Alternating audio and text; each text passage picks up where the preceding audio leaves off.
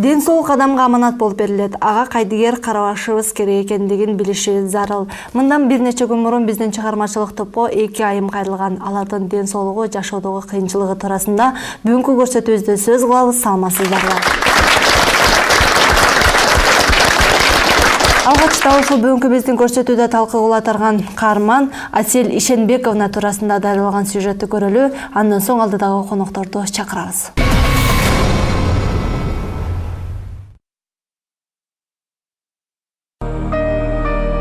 Асель Ишенбековна учурда 41 жашта. Жолдошу менен ажырашканына бир топ жылдын жүзү болуп калган кез. Колунда бир кыз, бир уулу бар. Аларга камкор эне болом деп жүрүп күтүүсүздөн ооруп калган. Дарыгерлердин жаңылыштыгыбы же айкызды артпай тоор учурда оор тагдырды башынан өткөрүп жаткан кези. Бул ооруга чалдыкканыма быйыл 10-жыл кетти. Акыркы 14-жылдан бери ошо толук баса албай отурам да. Анткени биринчи лечение кылганда эле азыр мына вывод чыгарып врачтар менен неметсем, сүйлөшүп эме кылсам, акыркы леченияларымда айтылды да, что башынан туура эмес лечение кылып койгон деп. А башында мен эжекем жалаң профессор эмелерге көрсөткөн да, өздөрү эле өлтүрүп коюптур. Сразу гормонго эле отургузуп салды, толук 25 таблеткадан отургамда. Бул оорун башталганын эле өзүм сезбей калдым. Эмне болгон оору бул? Бул ревматоидный артрит, серопозитивный полиартрит 3 степени дейт. Биз барганда буту жара сыяктуу болуп, терисинен суу агып, баса албай отурган кез экен. Бул тууралуу дагы бир нече суроолорду узатып жооп алдык. А бул деген подкожная клещ деп коет экен. Уже организм дарыларды кабыл албай калганда бинтип сыртка чыгып калган. Ушундай курттун немелери жара болуп чыгат. Курт жара деп коёт. Асель айымдын айтымында азыркыга чейин мен диагнозумдун туура же туура эмес экендигин так билбейм дейт. Ал тургай өз сөзүндө дарылап жаткан артролог дарыгердин диссертация жазуу үчүн мени эксперимент кылып пайдаланыптыр деп таң калтырды. Жузенова Бурул Сагындыковна деген. Бул иштечи жанакы переквалификация өтөт го врачтар. Ошол жакта иштечи. Анан как раз ушул артролог болуп эми диссертация жазып атыптыр да. Ошондо я под горячую руку попала, оказывается. Экспериментинечи.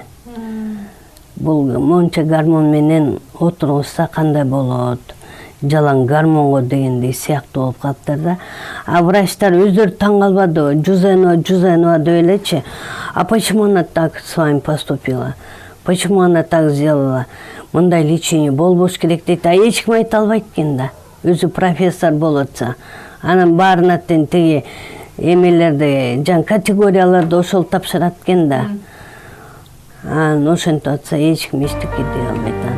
Учурдагы абалын көрүп туруп, сизге эмне жардам керек деген сурообузга эң биринчи дарыга акча керек экендигин билдирди. Андан сырткары күнүмдүк турмушуна азык-түлүктүн жетишсиздигин айтып өттү.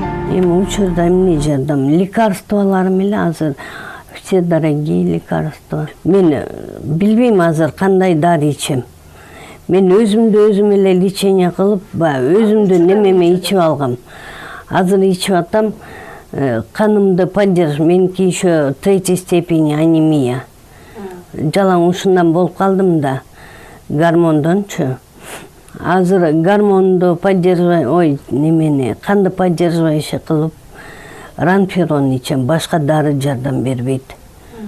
Андан башка эмемди орну басыш үчүн да эле, артритте эле обезболивающий ичем.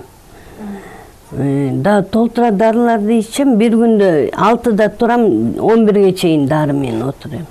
Мен бир ичкеним эле бир айда санап көрсө эле 15 миңден тегерейин дарысын ичем. Бир айда? Анан кайгы укол да сайышым керек. Монтип улам мондайлар чыгат, бунун баарына дары парыларды алып турам. Мектеп курагындагы балаңыз менен кызыңыз окууга кеткенде сизди ким карайт деген суроону узаттык. Жалгыз калып, алар келгенге чейин бир орундан жылбай олтура берерин билдирди. Кээде жакшы отуруп калганда өзүм калам. Кантип кыймылдайсыз? Мен кыймылдабайм. ушинтип эле отургузуп кетет мени. Ушинтип отурам, телевизорду көзүп коем. Үнүн угуп отура берем. А так мындай жата албайм.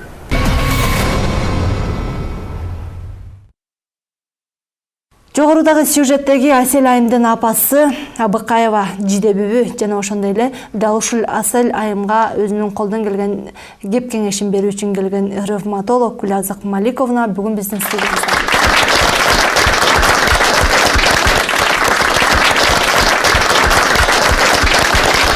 Асел Айымдын апасы болот экенсиз, анан буга чейинки маалымат алганыма караганда мени эң бир чоң профессорлорго апам алып барды эле деп айтып калды эле. Анан жогоруда өзү айтып атат да, бул мен диагнозумдун туура же туура эмес экендигин дагы билбейм деп атат да. Анан ошончо профессор кантип мунун диагнозун билбей коюшу мүмкүн? Эмне деп айтты? Мен деген биринчи жолу жана Жүзенова профессорго баргам, аны Кайбылдаева деген өзүбүздүн Токмокто үй бүлөлүк врач аял бериптир, адресин немесин баарын тең. Аны ошол жерге апарып көрсөңүз деди, ошол жерге апарып бүт эмесин баарын эметтим. Ал деген эч кандай эме кылбай эле жана передний залон венгерский дегенге отургузуп салды. Жана өзү айткандай 24-25 таблеткага.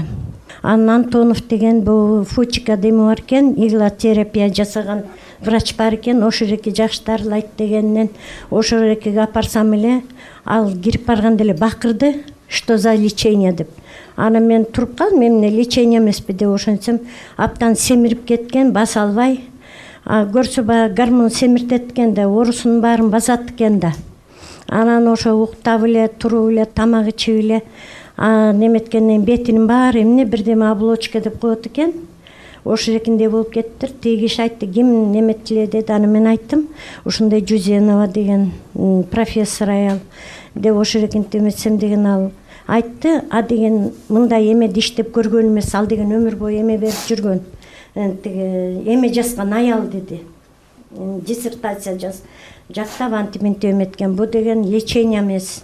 Барып чыгартып туруп алып келгиле, муну да чыгарыш оңой эмес деп анан өзүнөн сурады кызымдын, канчадан ичип атасың? Ошондо эле үстөлдүн үстүн бир коюп туруп бакырды. Семирип баштады деп атасыз. Ошондо эле эмне үчүн ал ошол өзүнүн ошол Жүзенова деп атасыз да, ошол врачтын гана көзүн карап олтура бергенсиңер. Демек ал жерде өзгөрүү болуп аткандан кийин баягы сиз башкаларга кайрылсаңыз болот эле. Жок, барып турдук, дем алыш сайын барып, тиги канын берип, мунуку деген соя дегени көп болду да, 80-90. Ошол экиниси асайып калса эле сүйүнөт тиги врач.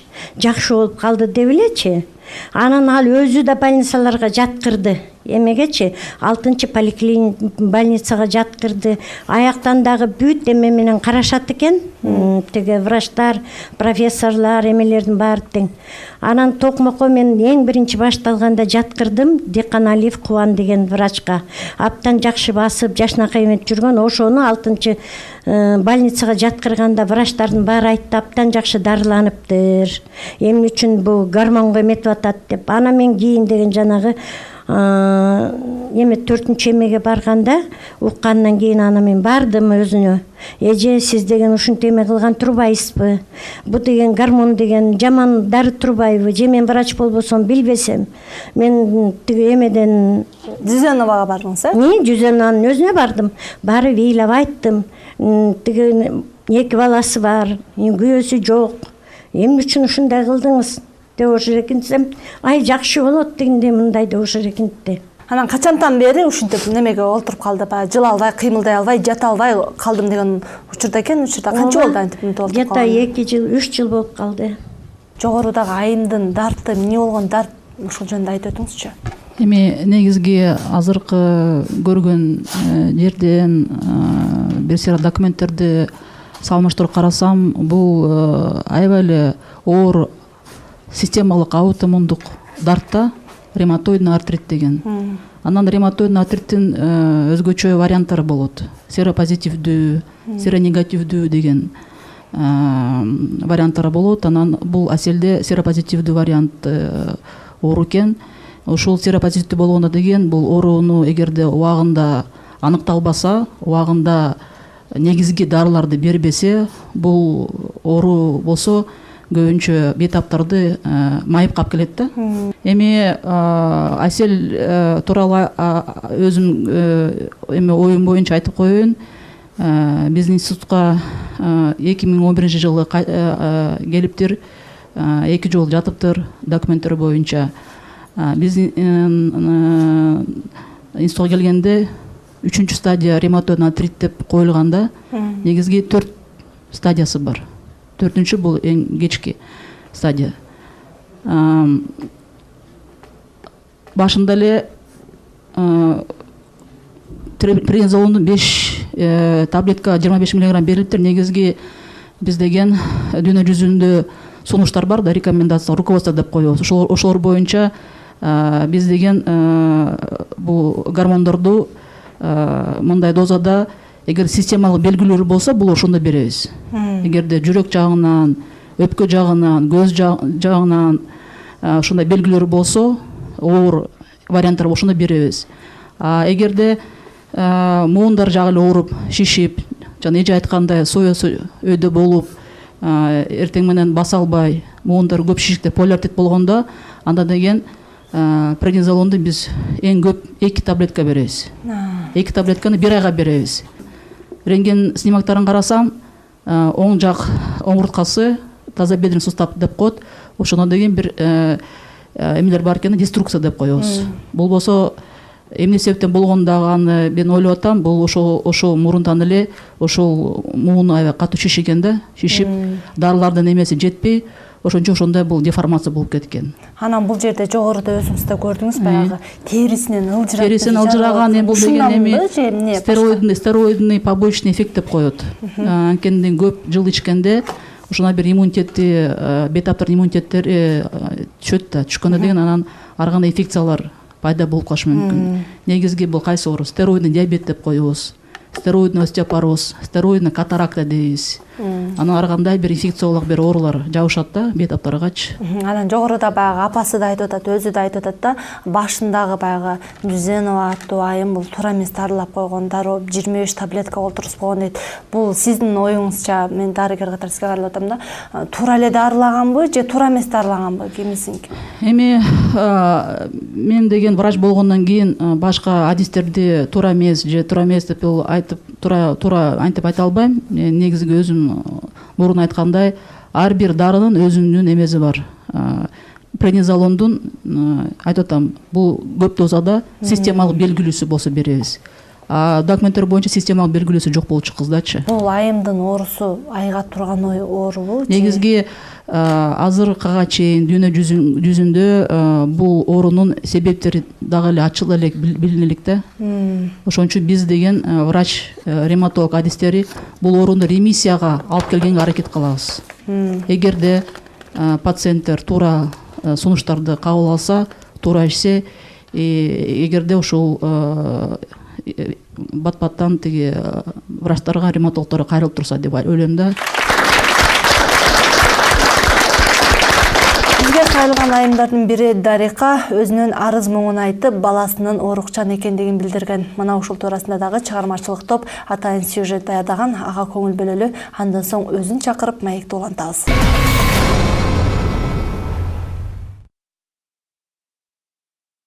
Күндү санап жатабыз. Ой, сүйүнүп кетет го, сүйүнүп, не сүйүндүң анча? Эмне сүйүндүң? Сүйүнүп кетти. Баласына өз мээримин төгүп, колуна алып эркелетип отурган бул айым Дарика Бакировна эң өкүнүчтүүсү турмушка кеч чыгып биринчи көргөн перзентинин күтүүсүздөн минтип ооруга чалдыгып калганын айтып өттү. Бул баламды 36 жашымда төрөдүм. Ошондон 1 жыл өттү, басат деп ойлодум. Басат десем баскан жок. Ошо менен докторлорго сала баштадым. Докторлорго салдым, аягында ДЦП диагнозун чыгарышты. Ошондон бери 5 жыл өттү. 5 жылдан бери өзүм жаңыс багып келем. Дарыгерлер бул баланын оорусун аныктай албай ар тараптуу диагноз коюшкан. Кимисиники туура экендигин Дарика айым азыркыга чейин түшүнбөй келет. Ар ким точно эмесин диагнозун коюлган убагында алып барып докторлорго көрсөтүп жүргөндө деле 7-8 врач келет, ар ким өзүнүн диагнозун коет. Бирөөсү нейротоксикоз дейт, бирөөсү дагы бирөөндө черепное давление дейт, бирөөсү менингит дейт. Эч кимиси убагында коюлган эмес диагнозду. башында даже сүрөттөр бар, жакшынакай балалар болчу. Баламдын монда 1 жашына чейин мынандай бала болчу. Прививка сайылды, прививкадан кийин уже судороги бере баштады балам. Өйдө төбө кылдыда жөлөк боло турчу жолдошу баласынын оорукчан болгонун укканда үй бүлөсүн таштап кетип калган. Жашап турган убакта эле жашадык. 3 жыл жашадык ушу баланы кыйналып турганда. Бир неделялап уктабай, ушу баланын оорусунан анда катуу ооруп турган убагында бир жолу ушу бала ооруп турат, ушу энесине жардам берейин. Ушу баланы көтөрүп турсам, энеси кирин жуубасын, же ол балага бир кашасын же сүтүн бышырбасын деген күндөр болгон эмес да. Ушу балага мында кайдыгерлик карачы да. Өзүнүн мына 45ке чыкканда бир жалгыз эле баласы. Андан башка баласы жок андагы. Ушуну бир жок дегенде майып да болсо бала экен да бу делечи. Алла таалам берген экен да ушуну. Ушуну көтөрүп багып кичине баламды эркелеткенин билген эмес. Аягында уже мен жумуштан келдим, чарчадым. Жатышым керек, мен телевизор көрүшүм керек дейт. Жап оозун дейт. Кантип мындай карап турсаң оору бала эмес, соо бала ыйлап ойнойт. Анан оорулуу баланын тагдырын эмесин түшүнүш керек да. Уже анан аягында адам болбойт деген сөзгө чейин барды да. Адам бол деген кичине багы кичине бир ишиңе жылыта турган бир жакшынакай сөз айтса, кыйналып турган убакта ада болсо поддержка болот экен да. Алында поддержка сөздөрдү уккан эмесмин да. Адам болбойт бул, өткөс деген күндөр болду. Бир айтты, эки айтты, үчүнчүсүндө ушундай жини менен айттым. Бар оокатыңды кыл дедим. Андай кыла турган болсоң, оокатыңды кыл. Мен балам жок деп тизе кучакта отургуча, майып да болсо ушуну жытын-жыттап отурам. Ушу керек мага деп ошондон ажырашып кеткенбиз. Эне көзүнөн жашын төгүп, балам ойнор деген үмүт менен оюнчуктарды толтурдум эле, бирок акыры мындай болбоду деп ыйлап жатты. Мындай оюнчуктарды көрсөтүп атай ушуна көртүрбөйсөр болгон ушу бирги убактарда мына менин баарын ушунчалык оюнчукка толтургам. Ушу балам үчүн деп. Көзүмө көрүнгөн оюнчуктардын баарын алып ушунун үстүнө баарына тизип койгом. Үмүт жаман экен да, мына бүгүн басат, эртең басат деп үмүттөнүп жүрдүм, ушу менен эме кылганда жиним ушундай келген алып барып уртуп жиберген оюнчуктардын баарынчы. Балам ойнобогон эйин ал оюнчуктун кимге кереги бар? Айла жок, кайтадан мептеп кичинекей бир нерселерин калтырып койгом, ойносо ойнор, ойнобосо дагы көрөрүн депчи. Бу да болсо тагдырдын, Алланын тагдырга меме жазган экен да. Көтөрө билиш керек, баарын чыдаш керек. Ким билет, бүгүн болбосо эртең басып кетер, бүгүн сүйлөбөсө эртең сүйлөп кетер. Ушул күндө чындап келсе апа деп айткан сөзүн күтүп келем. Кайсы күнү апа деп айтар экен балам. Кайсы күнү өзүнчө бир бутуна туруп басып шаг таштап кетер экен деп күтүп келем ушуну. Жардам берерге эч кими жок болгондуктан бизге кайрылгандыгы чындык. Ошондон улам сиз эмне жардамга муктажсыз деген суроону узаттык. Квартирага төлөгөн менен өзүбүздүн күнүмдүк тамак ашыбызга, баланын дары-дармегине, бул көбүнчөсүн эпилепсия, судорожный, кичинекей нерв болсо эле баланын оорусу кармап калат. Кыйналам азыр. Кээде дары-дармекке жетпей калган күндөрүмдө да ыйлайм. Бир эле дарысы 2400 турат, картексин. Андан башка дарылар энсафобол 900 сом турат. Өзүнүн 3000 алган пенсиясы массаж андан тышкары. Азыр массаждын күнүнө 300 сомдон болгон. Мындай эме жок азыр. Акча ошондой сумма табыш мага кыйын.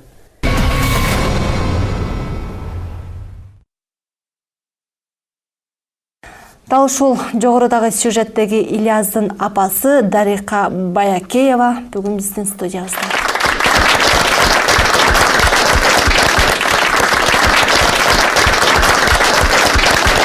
Балаңызды бир жылда канча жолу дарылатасыз? Баланы 2 жолу жаз күз дарылатабыз. Канча дары жазса, ошонун баарын алышка туура келет.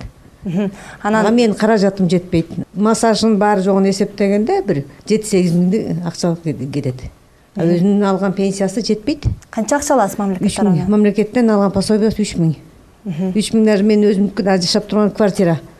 Же квартирага төлөй албайбыз балам экөөбүз, же тамак ашка, же дары-дармегине жеткизе албайбыз. Мен Аба ырайы бүркөлүп калганда баланын оору тез кармап калат деген ой пикирди айтканыңызда, мындай учурда атайын сиздердин ушул айылыңыздарда сиздерге жардам бере турган дарыгерлер барбы? Келип карап турушабы дегиле? Көзөмөлгө алып. Дарыгерлер карап турат келип. Эмеси мынаны бүркөлгөн убактарда, кээде бир нерв болуп калып өзүнчө кыйнап калган убактарда алып барам. Алып барсам укол сайып беришет, кичине судорога чыгармаган убактарда. А кээ бир убактарда таппай да калмал врачтарды. Даже звонить этсең да келмей калган врачтар болот. Айластан өзүң врач болуп калат экенсиң, өзүң билет экенсиң, кайсыны кандай сайып, кайсы таблетканы кандай алып бериш керек, өзүң болуп калат экенсиң баарын. Өзүңүз дарылап коесуз. Өзүм дарылайм.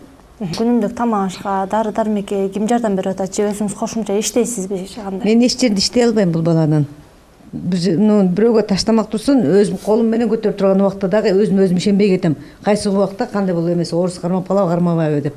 Жогоруда айтып өттүңүз, баягы жолдошум кетип калган баланын дартын уккандан кийин дедиңиз, анан өзүңүз тараптан бир туугандар, эн ата дегендей жардам бере тургандар жокпу? Жардам бере турган мен 80ден ашкан энем эле бар. Караган адамдан кандай кылып сурайм мен барып?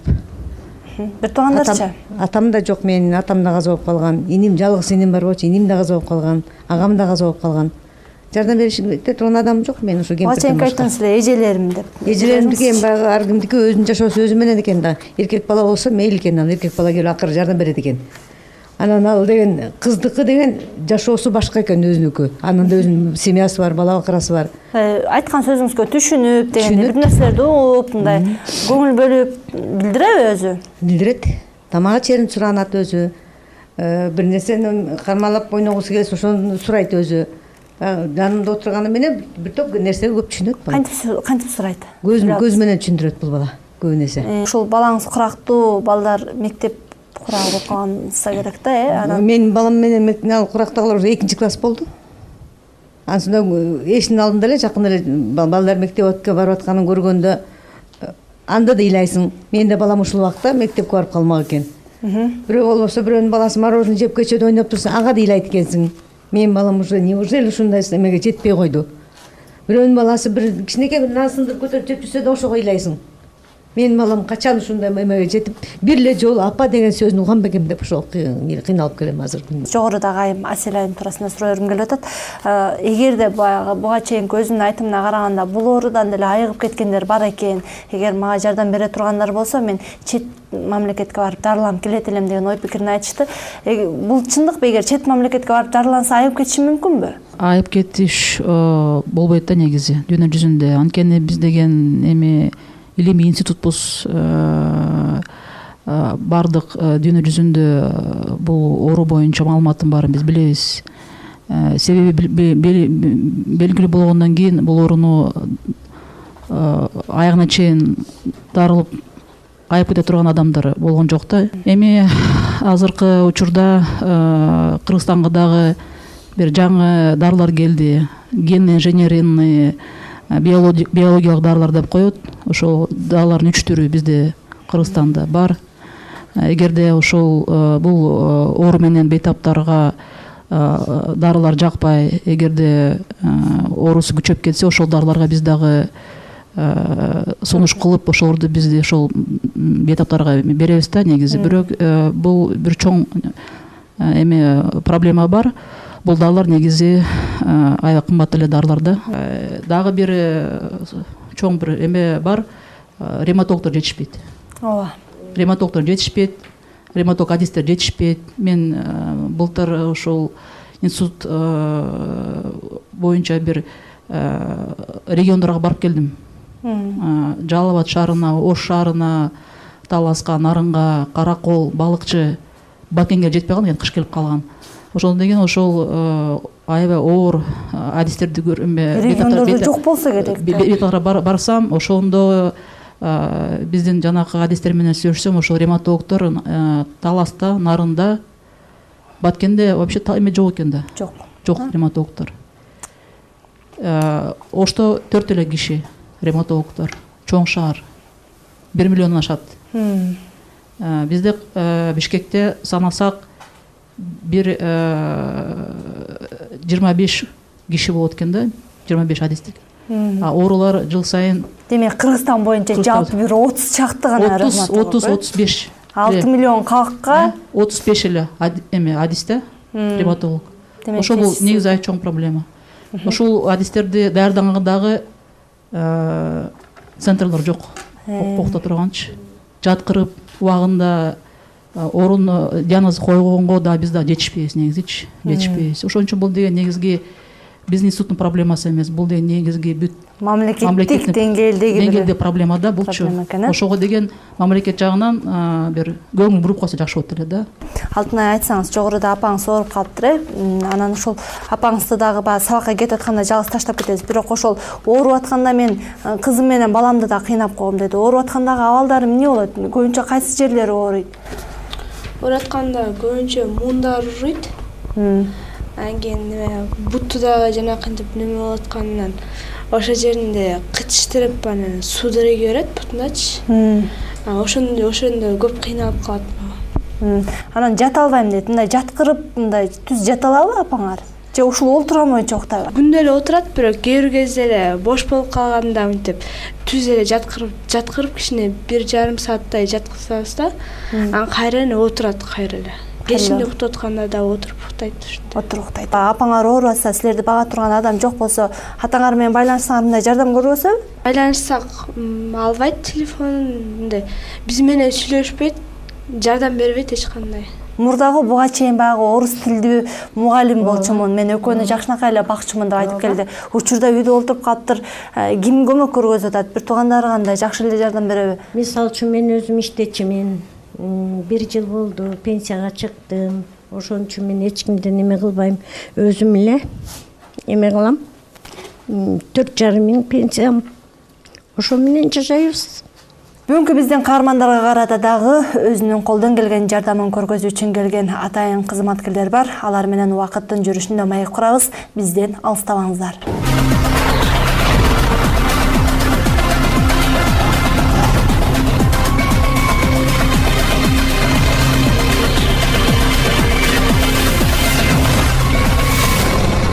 Көрсөтүүгө карата өзүнүн колдон келген жардамын көргөзүп, кеп кеңешин айтуу үчүн келген Элим барсыңбы кайрымдуулук фондунун социалдык кызматкери Канимет Майрамбек уулу, ошондой эле укук коргоочу Гүлүмкан айым бүгүн биздин студиябызда.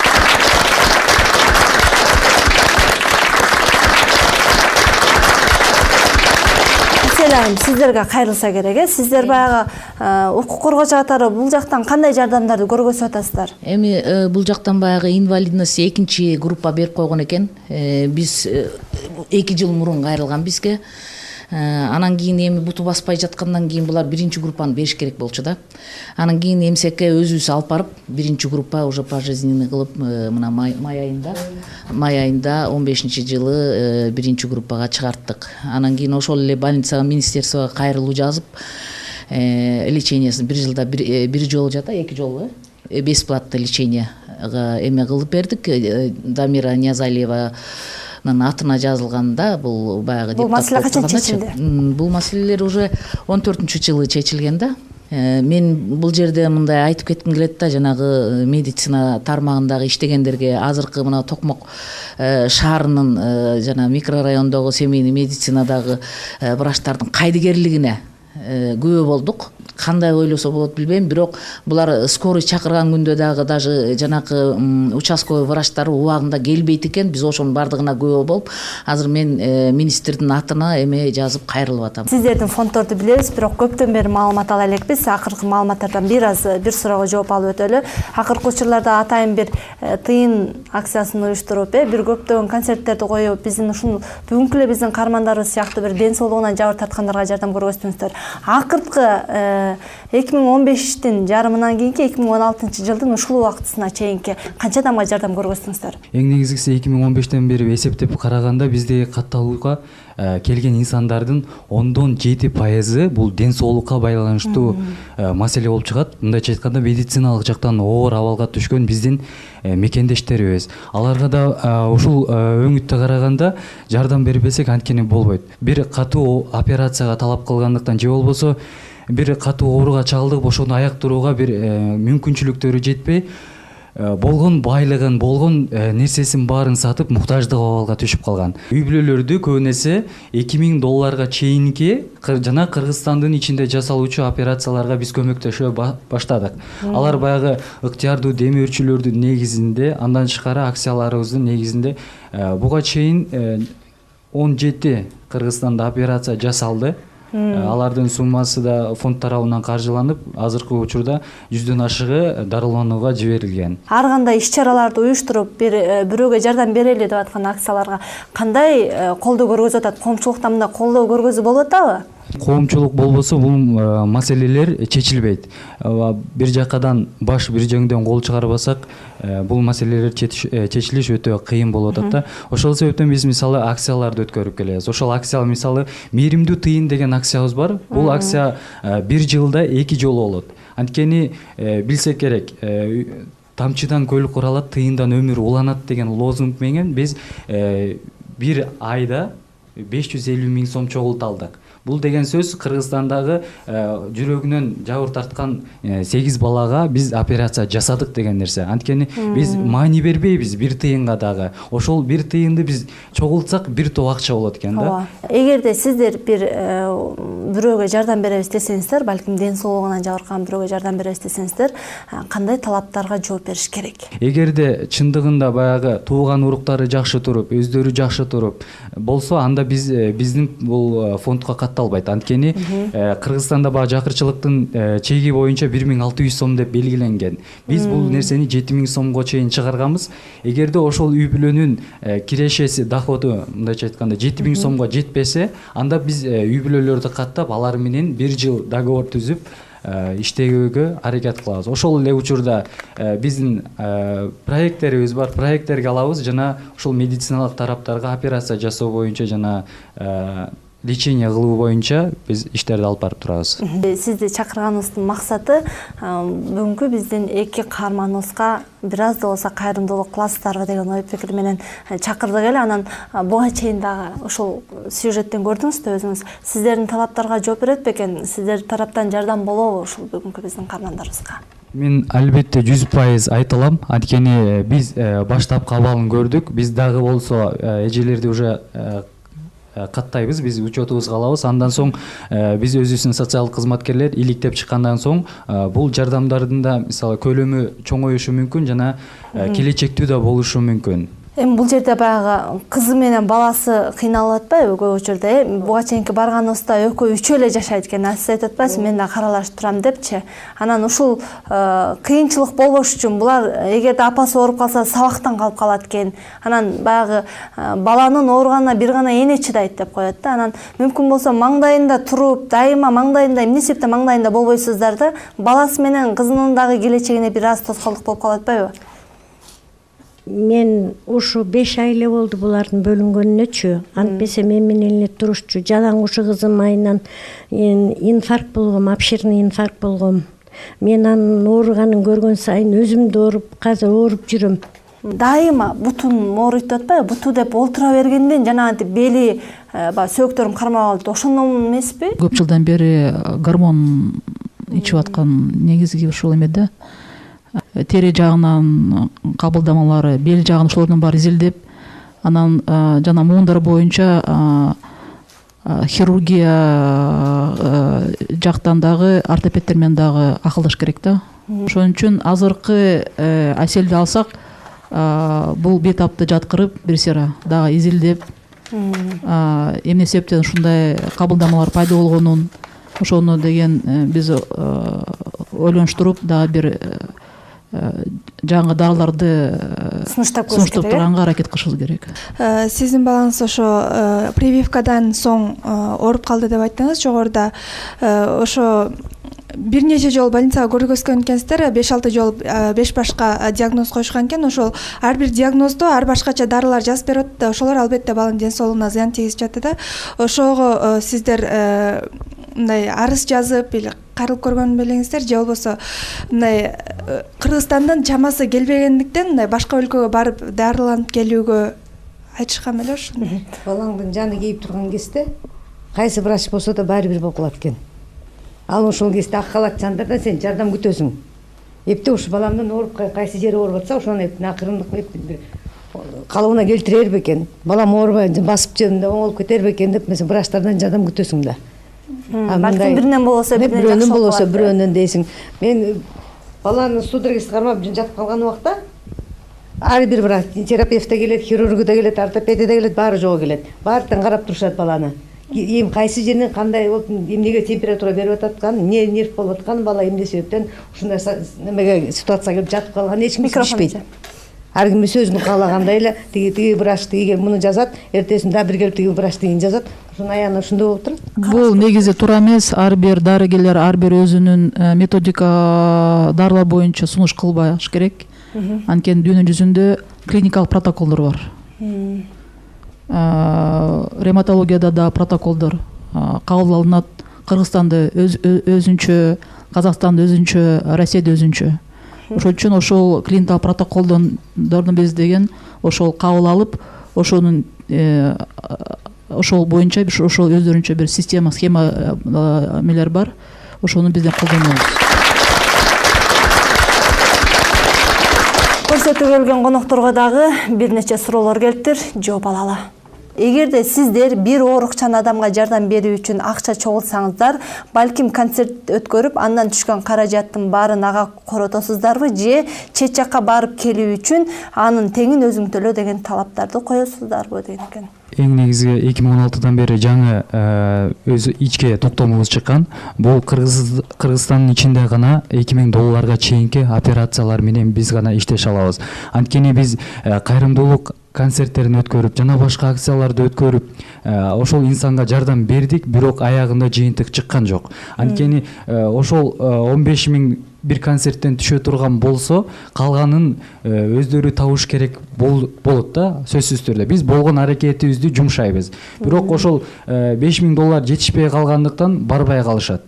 Эки случай болгон, мындайча айтканда, биз барып келгенде да эми алар бул жашоо менен коштошту. Бул да айтканда бизге жыйынтык берген жок.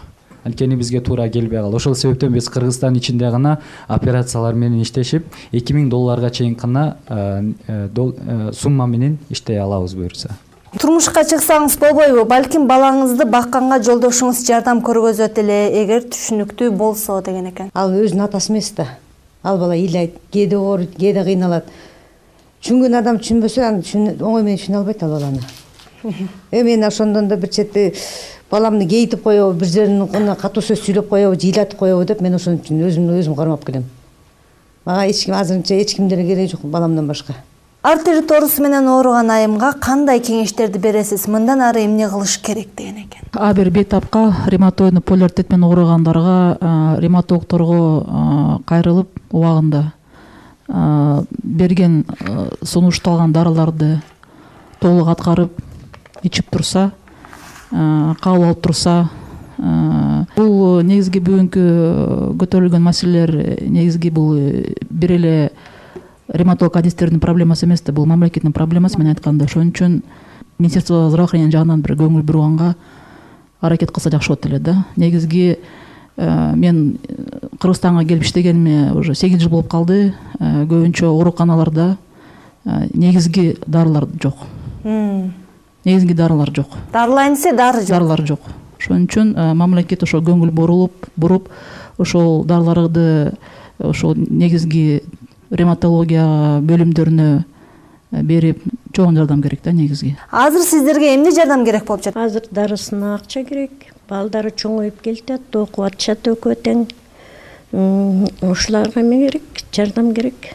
Жогоруда да Гүлаза айым айтып өтпөдү, бул мамлекеттик деңгээлдеги бир проблема депчи, ушундай ревматологторду даярдаш үчүн деп. Анан сиз жогоруда айттыңыз, биз министерствого атайын кайрылып атабыз депчи. Ушунчалык дарылоо жагынан дарынын жоктугу деп атат да. Ушул нерселерди эске алып, айтып анан киргизе аласызбы? Себеби биздин табышыбыз да кыйын болду. Табылган дарыгерди айтсак, азыр мына айтып атат да, дарылай десек дарысы жок деп атат. Ушул маселелердин баардыгын министрге жеткирүүгө даярсыз, Жеткирүүгө даярмын. Суроолор барбы?